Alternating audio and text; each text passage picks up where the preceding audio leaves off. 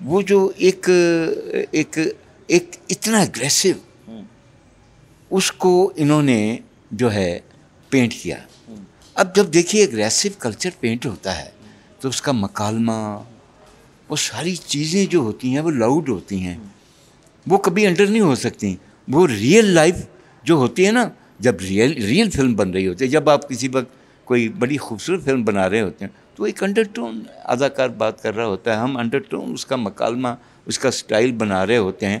لیکن جب آپ فلم لاؤڈ بنا رہے ہیں، ہاؤ اٹ از پاسبل کہ اسے رائٹر جو ہے وہ گنڈاسا پکڑایا کس نے؟ گنڈاسا تو احمد ندیم کاظمی صاحب کا افسانہ ہے، ٹھیک ہے. اس افسانے سے حسن عسکری نے وہ گنڈاسا اٹھایا. لیکن سر ہم اس گنڈاسے سے نکل نہیں، آج تک نہیں نکل سکتے. وہ جو لوگ ہیں، دیکھیے ویشی جٹ کے بارے میں آج آپ کو بتا دوں، اور یہ میری بات شاید لوگوں کو بہت اچھی نہ لگے، لیکن میں گزارش کرتا ہوں کہ ذرا سوچیں ضرور. ویشی گجر ہمارے ملک کی ایک وہ فلم ہے جسے میں پنجابی کی ایک آرٹ فلم کہہ سکتا ہوں. لیکن اس کے بعد جب مولا جٹ آئی، ایک بہتر اس کی ایک اچھی شکل آ گئی. لیکن پھر وہ جو ایک سلسلہ، وہ تو کاپی، وہ تو پیسٹنگ ہوتی ہے. میں اس کا تو قائل ہی نہیں. اس کا تو آپ نے جیسے ذکر کیا نا ویشی جٹ کا یا ویشی گجر کا، وہ ایک لکھاری نے اپنی ذہنیت کے ساتھ ایک ویشی جٹ بنایا اور اس کو لکھتا چلا گیا. لیکن اس کے بعد جو شروع ہوا نا، وہ تو جو نامور لوگ تھے جن کے علاقوں پہ اپنے اپنے قبضے تھے، ان لوگوں کے ناموں پہ موویز بننا شروع ہو گئی. ہمارے رائٹرز نے لکھی ان کی سٹوری. نہیں، میں عرض کر رہا ہوں کہ بالکل ایسا ہوا. لیکن آپ اس میں صرف اور صرف میرا یہ نہ سمجھیے گا کہ میرے ہاتھ میں قلم ہے تو میں کسی قلم کار کی فیور کر رہا ہوں. بات یہ ہوتی ہے کہ دو طریقے ہوتے ہیں میرے بھائی، یا سیکریفائس، قلم کار جو ہے وہ بچوں کو بھوکا مار دے. دیکھیے میں نے بھی 200 سے زیادہ فلم لکھی ہے، لیکن آپ یقین کیجئے بہت فلمیں ڈائریکٹ کی ہیں، لیکن یقین کیجئے کہ میں نے کوئی گنڈاسا کلچر پہ فلم نہیں لکھی اور نہ بنائی. سر آپ کی موویز نا لوگوں کے ذہنوں میں بستی ہیں. ٹھیک ہے نا جی، یہ الحمدللہ. لیکن جنہوں نے لکھا ہے، جب فلم ساز چاہ رہا ہے کہ مجھے یہ چاہیے، اور وہ ایک بندہ اس کو کہتا ہے نہیں جی، دوسرا کہتا ہے لاؤ جی، تیسرا کہتا ہے اچھا چلو چھوڑو جی، چوتھا کہتا ہے آؤ جی.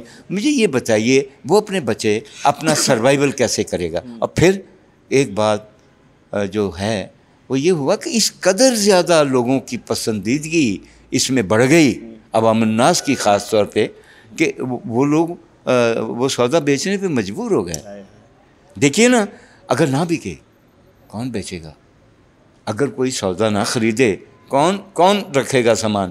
تو سمجھ لیجئے اس میں تھوڑا سا، جہاں 100% تو نہیں میں کہتا، جہاں ہمارے رائٹرز کا، کریٹرز کا یا ان کا قصور ہوگا، لیکن اس سے بہت زیادہ سوسائٹی کی جو ہے وہ اپریسیشن جو ہے اس نے. سر آخری سوال کرتا جاؤں گا، بحالی کیسے ممکن ہے؟ فلم انڈسٹری کیسے اٹھے؟ بہت مشکل سوال ہے، اس پہ ایک کتاب لکھی جا سکتی ہے.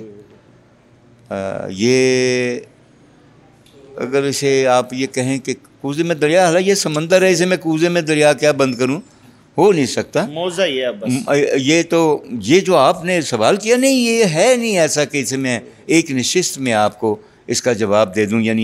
یعنی آپ یہیں سے شروع کرتے تو شاید اب تک کہیں کمپائل میں اسے کر سکتا. یہ اصل میں اس کا سروائیول جو ہے، اس میں 2-3 فیکٹر جو ہیں وہ سن لیجئے، جو میجر جو حالانکہ اس کی تفسیریں چیزیں اسے ایکسپلین کروں تو بہت دور تک جائے گی. بات یہ ہے، سب سے پہلے تو ہم لوگ جو تخلیق کار ہیں ان کو اپنا قبلہ درست کرنا ہے. جو لوگ پاکستان فلم انڈسٹری کی بہتری چاہتے ہیں ان کو موضوعات کی تلاش کرنی ہے. موضوعات اگر اچھے ہوں گے، رجحان بنے گا آڈینس کا. پھر سے اگر مونوٹنی کا شکار ہو جائیں گے رجحانات، تو مجھے یقین ہے ایک نہیں دوسری دفعہ آپ کہہ دیں گے یار یہ 2 دفعہ بن گئی ہے پھر بن رہی ہے. تو قصہ یہ ہے، پیسٹنگ نہیں چلے گی، ہمیں کریٹ کرنا ہے. کریٹرز پہ بہت ذمہ داری ہے، اور میں کراچی کے لوگوں سے بڑا خوش ہوں اس بات پہ کہ چلو موضوعات اسکرین پلے میں ابھی چونکہ وہ میں تو معافی کے ساتھ ہی 10 بدس سے عرض کروں گا سفید بالوں کے ساتھ سب سے، وہ ہمیں اون کریں نہ کریں لیکن ہم انہیں اون کرتے ہیں، چونکہ وہ ہمیں دیکھ کے. سر جو آپ کو آن نہیں کرتا نا وہ آن ہی نہیں ہوتا ٹی وی پہ. سر گزارش یہ ہے کہ دیکھیں نا کہ یہ تو مولا کی ایک کوٹیشن ہے کہ جو کسی کو نہیں مانتا اسے کوئی نہیں مانتا. یہ مولا علی کا کوٹیشن ہے، میرا نہیں ہے بھائی. اس دانشور کا جو انٹلیکٹ سے بھرے ہوئے لوگ ہیں ان کا ہے یہ. انہوں نے کہا تو قصہ یہ ماننا تو پڑتا ہے، لیکن میں عرض کر رہا ہوں کہ میں ان بچوں کو اون کرتا ہوں، وہ ہمیں اون نہیں کرتے. وہ ہم سے سیکھنے کی تو دور کی بات ہے، پوچھنے کی بھی جو ہے وہ کوشش نہیں کرتے. دیکھیے ایک بوڑھا کچھ بھی نہ کرے نا، بارات کے ساتھ ہو تو وہ بکرا کھانے کی ترکیب بتا دیتا ہے کہ بھیا بیٹھ کے بکرا کیسے کھایا جاتا ہے. تجربہ.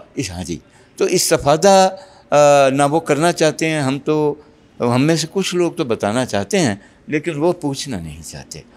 تو گزارش یہ ہے کہ ان کے پاس دیکھیے موضوعات جو ہیں وہ لوگ کہتے ہیں، مجھے نہیں پتہ بخدا، لیکن لوگ کہتے ہیں کہ جی موضوعات جب آتے ہیں تو لگتا ہے کہ یہ کوئی ٹی وی ڈرامہ ہے. ٹھیک ہے، لیکن اس میں سے نبیل قریشی نے بڑی اچھی فلم بنائی ہے. اس میں سے وہ بیگ ہے ہمارے ندیم، اس نے بڑی اچھی فلم بنائی ہے.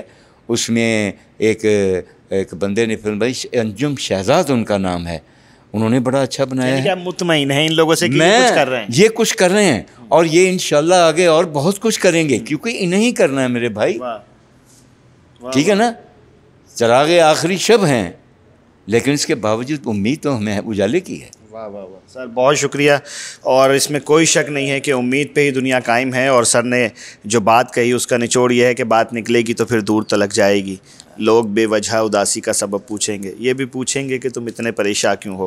ہم صرف اسی وجہ سے پریشان ہیں کہ ہم میں منوپلیز ختم نہیں ہو رہی، ہم میں ایک دوسرے سے نفرتیں ختم نہیں ہو رہی. سر نے کہا کہ جب ہم کام کرتے تھے تو ایک ہو کے کرتے تھے تو دنیا ہمیں تسلیم بھی کرتی تھی. آج ہم ایک نہیں ہیں، اس کا مطلب ہے کہ آج ہم بکھرے ہوئے ہیں. کمنٹ سیکشن آپ کے پاس ہے، آپ بھی بتاتے چلیے کہ ہماری فلم انڈسٹری کی کہ زوال کا شکار کیوں ہوئی ہے. اپنے کمنٹ کا اظہار کیجیے. اپنے میزبان رانا نوید کو اجازت دیں اس امید کے ساتھ کہ اپنا بہت خیال رکھیں گے. اللہ حافظ و ناصر.